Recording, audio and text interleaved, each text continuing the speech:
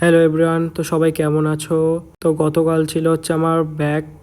তো করেছিলাম ফার্স্টে হচ্ছে ল্যাট পুল ডাউন। তো এটা করেছিলাম হচ্ছে 3 সেট। তারপর করেছিলাম হচ্ছে কেবিল সিটের রো। এটা করেছিলাম হচ্ছে 4 সেট, 15টা মানে রেপিটেশন করেছিলাম।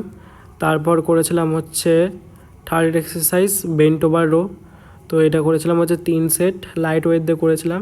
তো এটা হচ্ছে দারুণ ওয়ার্কআউট ব্যাকের জন্য। তো এটা সবাই ট্রাই করতে পারো।